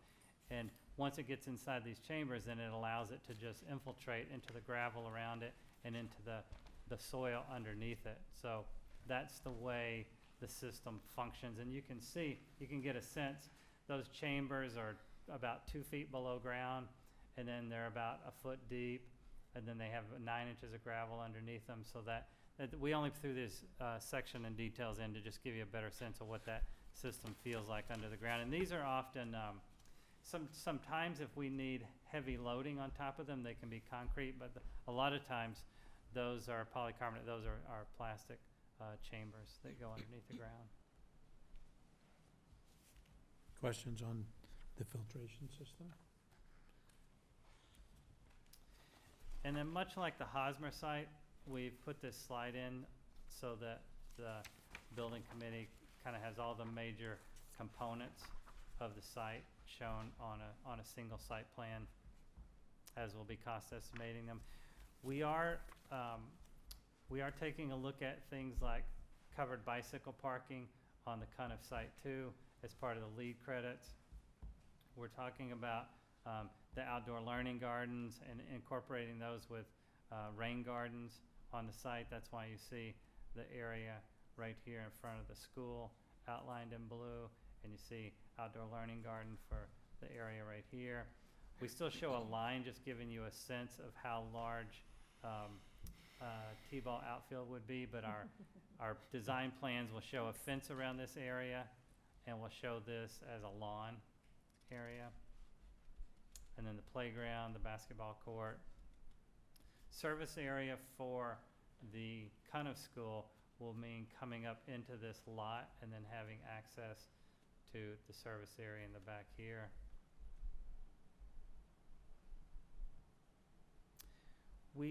We're trying to reduce as much as possible the need for a retaining wall on the cemetery side of the building, but we want to get this walkway that comes down from the neighborhood at a slope that will be accessible all the way down to the school and to this playground. So will be a small retaining wall located right along this line. Steve? Just a quick question. Next to the service area, you have the outdoor learning area. Could you talk a little bit about what you envision that as? Those are for the planting beds that are, like, the garden area is kind of a learning area for everybody, but this is the garden programs area. Gotcha. John? How do you access, a truck access the service area? They go across the part of the athletic court? Is that how they get there? This is a turnaround right here, and so they would be able to come around and back to here. It's not our intention that they would come all the way back to the building. There's no loading dock or anything like that. We're just getting them close to where they can come right in with the service doors located there. So a truck of whatever size wouldn't be able to back up to the building? That is correct. Does that make sense? I mean, I would think you'd want to be able to back up to the building. I mean, if you're unloading things, whatever. Laurie? We have a lot of issues with not having loading docks in our buildings right now. I mean, we continuously have materials that are brought in on the wrong pallets that can't get to places. We continuously have stuff that is left outside because we don't have the proper loading docks in there. I mean, if we're designing the school, we should have a loading dock. Well, we just might want to define the best way to achieve that. Like a loading dock for some people means, you know, a 3-foot high dock that the bed of a truck will line up with. And I would say it's unusual to have that level of service facility at an elementary school, and it would have a huge impact to this area to try to be able to bring that right up to the building. Getting a truck to be able to back closer to the building is achievable with much less impact. It would, you know, it's clearly going to take up more real estate, and that's the reason we didn't do it. But we could show what a service drive would look like coming up to the building. Yeah, I think we need to look into that. Like right now, a lot of times when large furniture or even just large pallets of stuff come in, the drivers come with one person and they pretty much drop it off and we have to do it. So, I mean, I think we should look into it a little bit further.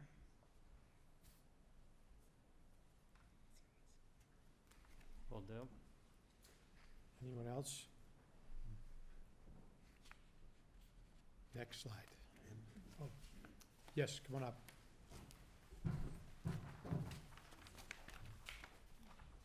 I just have a question, Scott, in regards to the infiltration system.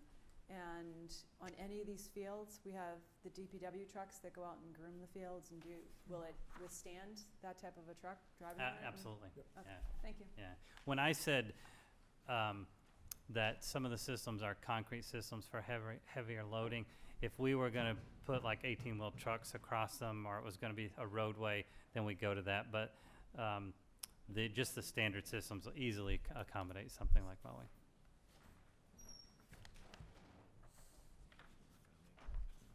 Hi, Jimmy Mello, Watertown resident.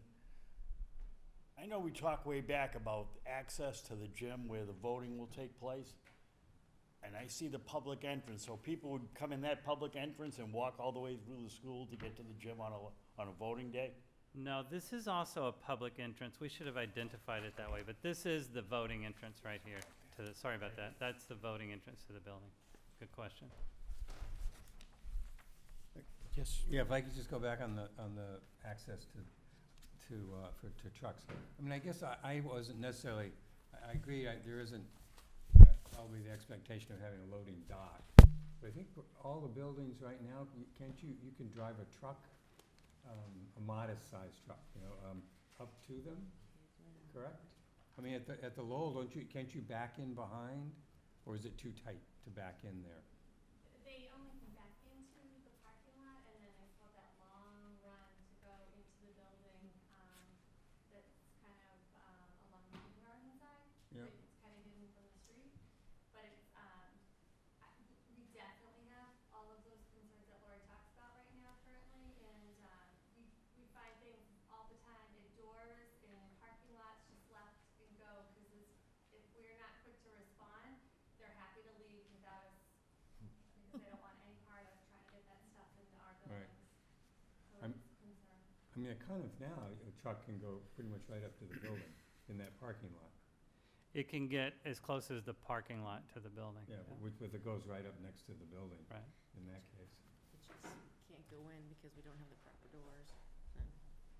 I don't know, I just think that would be Get a full important to pallet have. inside. But, so in this case, the only way to do that, I mean, is it a hard surface from the parking area across where the athletic field is? And then you've got It is. it's a hard surface there. Yeah. So conceivably, there could be, a truck could back over that. Yeah, I think that we would want to take a look at, then doing a curb cut, right? If the intention was to back a truck through here, we'd want to take a look at doing a curb cut there and allowing that to come back into that zone. We can definitely take a look at that. And we can take a look at a loading dock there too. It's just a lot more significant, a loading dock would be a lot more significant impact than the, just getting a service access closer to the building. Yeah.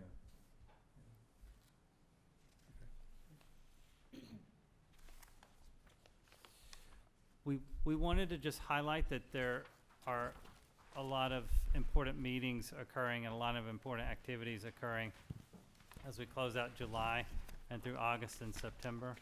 So these are not confirmed dates with the chairman. They're just simply the first and third Wednesdays of August, so that's why we picked them, and then the third is the first Wednesday of September. But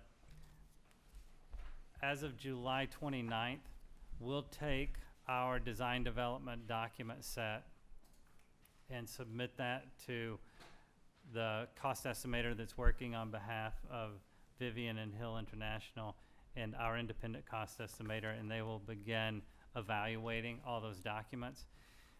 Our design development package will include a complete set of drawings, outline specifications for all the products, and then we'll have a design narrative that reads more like a description of all the systems, but the history of the decisions that were made related to the site and the building and aesthetics and some of those things. So that's a document that you might want to take the time to get through and take a look at. We will post all of these on an FTP site electronically. So at your leisure, the building committee can spend as much or as little time looking through those as you wish. But in the meantime, the cost estimators will be looking at them. Things like the exact exterior material for the building, or like we're discussing tonight, is it stone or is it wood? Are we using too much stone, et cetera? We see those kinds of discussions continuing through the month of August while the cost estimators are taking a look at the documents and anybody else has a chance to take a look at the documents. So we consider both of the August meetings really design update meetings and continuing to review and talk about, particularly with the Hosmer and the Cuniff specifically, to continue to talk about the exteriors and take a look at some different views and take a look at some interior design work on those two schools. At the second meeting in August, we're proposing to talk about the phasing, the construction phasing for the three projects. We've had a chance to meet with Hill and Vivian and all of our consultants to have a preliminary meeting around the proposed phasing and take a look at and consider a lot of different parameters. But before we get very far, we would like to run that preliminary phasing by the building committee, because that'll evolve for several months, but we'd we think that the 21st might be a good time to do that. And then by the time that the September 3rd meeting occurs, By the way, September 3rd is a Tuesday. really, that's very odd. Well, then it will not be September 3rd. It'll be Thank you, September Mr. 4th. Chairman. September 4th. Did we get these dates correct? That's very strange. Is the 7th and the 21st? I have a Those are- list of Yeah. the next upcoming meetings for the rest of the year. Yeah. And so we would target the first Wednesday in September as being a time when, if the committee wanted to, we should be able to have our reconciled cost estimates, and along with that, prepare a value management review. What does that mean? It would highlight some of the items in the project that have involved scope increases since the schematic design, and items that have involved scope reductions and maybe areas we need to take a look at to potentially reduce costs if the two don't balance out. It'll include the analysis we talked about of different exterior cladding options on the exterior of the building, and then obviously include a total budget review at that point in time. We would be ready, we think, to have that kind of discussion should the building committee decide to dedicate their first September meeting to that. And then the goal would be that by the end of September, you're comfortable with the design development, the cost, any adjustments we've made to scope or cost, and approve design development at that point in time. All of this is just, was not intended to be a definitive schedule as much as it was to start a discussion about the things we need to be talking about in the next few months and what the best dates would be for the committee. Lindsay? My question is specifically about the interior spaces, and I know you said we talked a little bit about that possibly the first meeting in August, but we've spent so much time talking about the exterior of the building, which is what a lot of people see and a lot of people experience, but they are schools, and I'm becoming super interested in what we're making decisions about on the inside and what those will look like, and I'm making an assumption that, like, you know, carpet choices and most furniture choices there's not a huge cost swing, and maybe that's not why we're talking about it a lot right now, but I kind of feel like we're losing sight of the fact that we're building schools that students are in, just because we haven't got to talk about it much recently. And this doesn't seem to have a lot of that in there, that's all. Sure. As part of the design development, we would be inserting cost associated with things like interior finishes, but we generally wouldn't resolve those and talk specifically about what they are until we get further into construction documents. But we will be showing, to your point, Lindsay, we will be showing at the 7th meeting and at the 21st meeting some prior images we've shown of the building's interior, and talking a lot more about other areas of the building interior, just in terms of what it would look like and feel like and what some of the major elements are, but it won't include any selection of color or the specific carpet or the specific tile or anything like that. We would resolve those things as we kind of move from September till the end of the year. Okay, thanks. Are there any other questions or comments? Laurie? I'm gonna beat Kelly to the punch here. I know this is a little bit more for Vivian than it is for Scott, but I think we need to start talking about if we're going CM at risk, or if we are going, on design bid build, because I think we need to start talking about when that date might be when we bring a CM on board, and I would rather have a commissioning agent on board sooner than later. So I know that those are some extra things, but I think we should have some pinpoints to kind of think where we need, because I think we're running up against some very big decision points where that would be important. If I may, I can, I know that Scott and I have had conversations in regards to all of those items. I believe making a decision for CM at risk or going Chapter 149 or 149A needs to be made sooner than later, but in some regards, you guys have already kind of bypassed the 149A option, and if we do choose to go that route, we have to go back and ask permission, as well as make a submission to the AG office, Whereas if we are proceeding, and it felt as though we are proceeding more in line with a 149 option, doing a lump sum, that we are just in line and the schedule flows directly into that. I know that a formal decision and a vote needs to be made, and I believe we had discussed in potentially putting that out in the August, 1st of August. Yeah, that was one of schedule. my announcements this evening. Perfect That timing. that was gonna be on the agenda for a vote at the August 7th meeting. Right, and in regards to the commissioning agent, I do have to say that a RFP has already been drafted and has been circulated not only to the lead consultant, to Scott and his consultants as far as engineers to review and get their blessings. And one of the other items that is on the agenda is to get approval to post and advertise. I have something Anything to else add. before we go to the next agenda item? Yeah, just one thing really quick, Yes. and Lori did beat me to it, but I just on record want to say that I've been incredibly disappointed with how slow we've been to make the CMR decision. I mean, the ship has sailed. There's really no benefit to us at the end of DD to bring a contractor on or a CM on. We've really lost all of the benefits to that, so I think it's a huge loss, and I've just been incredibly disappointed how long it's we've talked about it a ton, and we've never voted on it, and there's essentially no point in doing it now, so those are my 2 cents. Going back to the budgets, are we gonna, and I talked about this earlier, but alternates, it'd be great to get a list of alternates, and I'm sure you're planning to do that through the value management process.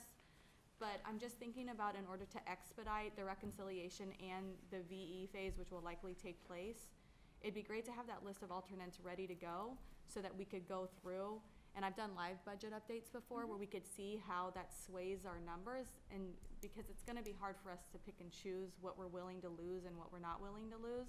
So it'd be great to get that list of alternates early on and have that discussion before we get the estimate, just so we're clear on what that's gonna look like. Yes, generally our approach would be when not to ahead of time come up with a list of alternates, but when we see the cost estimates, if we see that we're going to need to take a look at some scope reductions or some scope adjustments, we would want to prepare those and have you get a chance to see those before we came live with those and talked about them before the committee, for certainly. Yeah, I would prepare just those. want the alternates being priced at the same time as, everything else, so. Well, that would be unusual. Generally, we get the cost estimate and determine the value of what's in the documents right now. And then if we perceive that we need to make some adjustments down, for example, we immediately go back to the cost estimator and say, okay, you guys start looking at areas where we Yeah. could reduce All I'm costs. recommending, and I've done this in the past, is that if we can come up with items that we know are gonna be high cost or long lead or potentially be problems, we can go ahead and create an alternate for that and price it up front, so we're not having to go back to the cost estimator and spend another couple of weeks waiting for numbers. So that's just something I would recommend, as I know that we're on a tight schedule. Yeah, I think we may have that, because we've been through this process so many times on the school projects, we do have kind of a standard list of items that I'm sure you've seen many times, Kelly, that we let them know these are items, because they know that, we've done 29 public school projects in excess of $100 million, and PMC has been our cost estimator on every one, so they kind of know ahead of time that those are the items we're going to be looking at. So I think we will be able to have those very quickly, Okay. which is certainly a good point. I would say that, to second what Kelly said, I think the CM at risk would have been great during the design development phase. There is the potential to bring a CM on very quickly and consider the first portion of the CD phase as an evaluation phase, and where you identify the value engineering and you tack those realistic opportunities without extending your scope or without basically extending the schedule, which is the big risk, right? So that would mean that not only does the committee have to decide very quickly, but we would have to onboard a CM super fast, so. That also entails you going back to the AG's office and making a submission as well. That can't have a longer lead time than you're thinking, since coming to the conclusion of the DD phase. If It it is. was going to be made to go to that direction, it should have been voted on and decided during the SD phase, and right now, coming to the tail end of the DD is problematic. It's a much lengthier process. We're gonna have a in the public discussion sector. about this in our next meeting, a full discussion, so we'll leave plenty of time for that at that time. Anyone else? Next item on the agenda is the Sustainability Committee update. John? So we did not have a meeting between the last meeting, the building committee, and this one, so there's no particular update at this point. I don't know if Scott has any comments he wants to make around sustainability. And we talked about LEED certification, the last subcommittee meeting, and quite a bit of detailed discussion about different elements of it. I don't know if there's anything you want to add at this point. I would just say at the last subcommittee meeting, we talked about some of the honor responsibilities Yep. with regard to achieving some of the lead credits, and Information needs and at stuff. some point in time, we'll be coming forward and reviewing those with the building committee, because they do involve decisions by the town. And then we also updated the sustainability committee with regard to the current lead scorecard, which was still right on the boundary between silver and gold. And then there were some questions around whether we were still proposing a building that included any gas component. And we indicated that at this point in time, the design documents reflect the complete elimination of gas on both the Cuniff and the Hosmer, which is something that the Sustainability Committee had, or the Town Sustainability Group had recommended and requested, and that the only component involving any gas right now on the site was the Hosmer, proposed Hosmer generator, but that would be diesel and would be isolated service. So those are the primary things that I think got discussed the last time. Thank you. The next item is an approval to advertise and procure a commissioning agent for the elementary schools project. I'm gonna turn this over to Vivian. As I stated earlier, we have a draft RFP already ready to be issued, and we're looking for approval to advertise and procure a commissioning agent as soon as possible. Can I get a motion to put this on the floor first? So, Mr. Chairman, I make a motion that the building committee authorizes advertising for commissioning agent for the elementary school project. Is there a second? Second. Discussion? Come on. Could you say just a little bit more, help me, but also in the public, of kind of what role this person will have, what will they do? The commissioning agent will not only review all of the documentation, but also make sure that the submittal process from the contractor will be in line with what the actual design process is, as well as the startup, the commissioning, and all of the equipment, as well as training. And they will be following all of the enhanced commissioning in response to the LEED requirements. Any other questions or comments? All those in favor? Aye. Opposed? The ayes have it. Next item on the agenda is the high school update, and we gotta give Scott 1 second.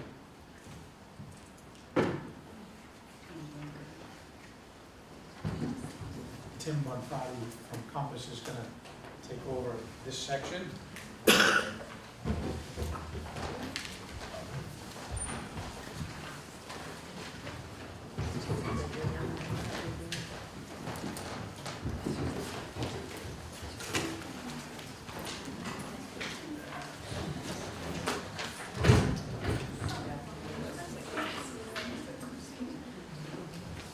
Before I turn it over to Tim, I want to ask Dee Dee if she wanted to say anything on this section.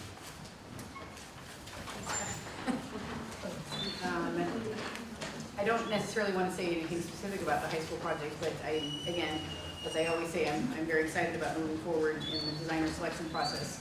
Because once we select the designer, then, the real work begins in terms of the feasibility study. And I think there's so many pieces to that are exciting and engaging that it's going to be a very, very exciting time for the high school. And I'm kind of pleased that this meeting's here this evening and everybody got a chance to walk through the high school to get here. Just reinforcing the notion that it is time for us to move forward with a new or fully renovated high school. So Thank you. At this point, I'll turn it over to Tim Bonfati from Compass, who's our owner's project manager, for those that don't know. Good evening, and this shouldn't be that long, but I'm gonna give you an update on the designer selection process, which I reviewed with you last meeting, in terms of how that goes about, so if anyone has any other questions, please feel free to ask them. But today, we received 8 proposals from architects for designer services, which we've listed here on the handout. These are all, well, I wouldn't, not necessarily all, but several of these are firms that we're familiar with, most of them are, and have some good experience in high school, so that's, I think, a good selection of architects for the designer selection panel to consider. As I mentioned to you, the town appoints 3 members, which we have submitted. They're sort of mandated by the regulations who those members are, so those have been submitted to, or will be, I think tomorrow, submitted to the DSP as in terms of who the town representatives are. If I can stop you there, those town's representatives are going to be the town manager, the superintendent, Dee Dee Galston, and myself. Go ahead, sorry. And so, that's correct, yep. So those will be submitted on tomorrow or Friday. And what happens next is we, as OPMs, go through all of the proposals and prepare essentially 2 major documents. One is a sort of a matrix of all the different sub-consultants that each of the architectural firms have employed for the different sub-trades, sub-disciplines. And then also we do a series of reference checks on the firms, and we submit that to, both of those documents get submitted to the design selection panel for, considerably before the meeting, actually. So we have to submit that by August 1st, so we have about a week to get that in hand, which, shouldn't be a problem, assuming we can get people in the summer for reference checks. The MSBA DSP meeting is scheduled for August 20th, August 20th, which I believe is a Tuesday. And then, as I mentioned to you, if that panel votes to have an interview on a short list, that would occur on September 17th. So, I don't have much else to add to it, so if you have any questions or want to go over something. Questions? Lindsay? How often do they go to the interview phase versus selecting from the meeting? I'm just curious. I mean, the norm is to go to an interview, but there are communities that have very particular, that have a program going that might want to continue. So there are examples of not going to an interview, but the majority do go to an interview. Any other questions? I have a Yes, question. Kelly. At what point do we shortlist? They get shortlisted at that DSP meeting on August 20th. Okay, that's when you determine the shortlist? Okay. And then I guess my comment would be just to the committee as a whole. I know that we've been really happy with AI3 Architects, but I just would challenge us to look like big picture as well, and not just go straight to them. And I know that we don't have 100% say in that, but it just would be nice to see what else out there. And then I also worry about just their general utilization in office, handling that much work from one town. But it'd be nice to mix things up a little bit, personally. Are there any other comments? Seeing none, I guess that's it for you this evening. Okay, we just have one more item, couple more items, one more item on the agenda. Yes, yes, can you step up to the microphone, please?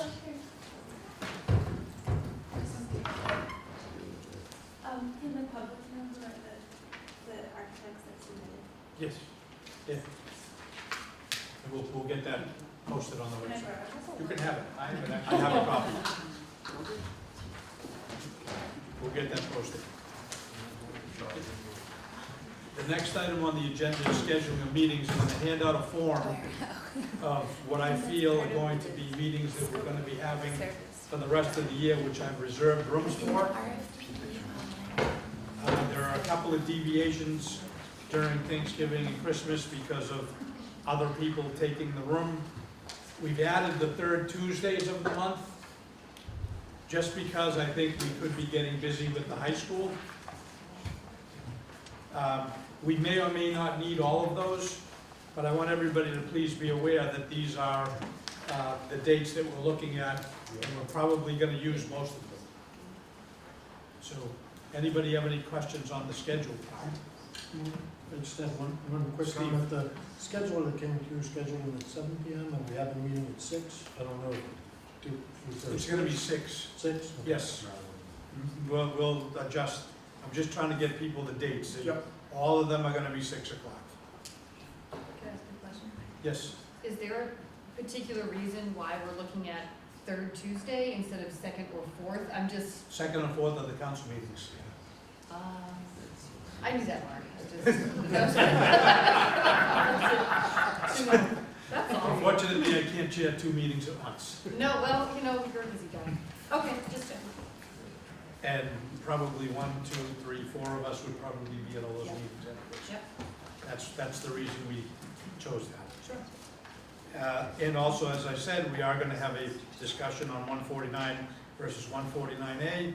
I'm not gonna defend or say why we didn't do this before that. We didn't have an OPM. We'll have a full discussion about it at the next meeting, so I apologize that it didn't get on sooner. Can I get a motion to adjourn? Can I- Sorry, question. Yes. Withdraw them. Status on the website? We're working on it. So Because we- our community still has no access to any of this, So we need to. They do, they just have to join us. Yeah, well, I would just say that, I know, Dee Dee sent me an email about trying to schedule A subcommittee. subcommittee meeting, Paul, and Vivian, sort of get that going, because nothing's been updated since February. So there's a lot of stuff. Well, it's on the school department. It's on the Yeah. school department's Yeah. website, if you go to the school department. But it's Okay. hard, right, they have to get to the But school. it's not on the building for the future. Right. Gotta update that, so, which is, I think, where most people want to look for. It's always on the building for the future. Yeah, it's on the building for the Which future. is, top tab. building for the future is off the school website. But has that, last none time, of the documents are on there. I went there, it hasn't been updated since February. No, the actual website that when you click, yes, the one that you click on when you get to the website hasn't been updated. But if you look at the school department's building for the future one, all the meetings and the agendas and the presentations are there. It's just, I think people They're on probably the- they're on the bookmarked cover the page, old, the first one page. that was from the previous Okay. OPM. And I think that, if you bookmarked it, then you're not gonna go back through the process to get to Okay, that that's site. probably what's happening. So we'd have to do a little advertising on how to get to the Or information. we have to just kill it, so we Right, can those, discuss yeah. that. Anyone else? Any other comments? Motion to adjourn, So moved. is there a second? Second. All those in favor? Aye. Opposed? The ayes have it. Thank you.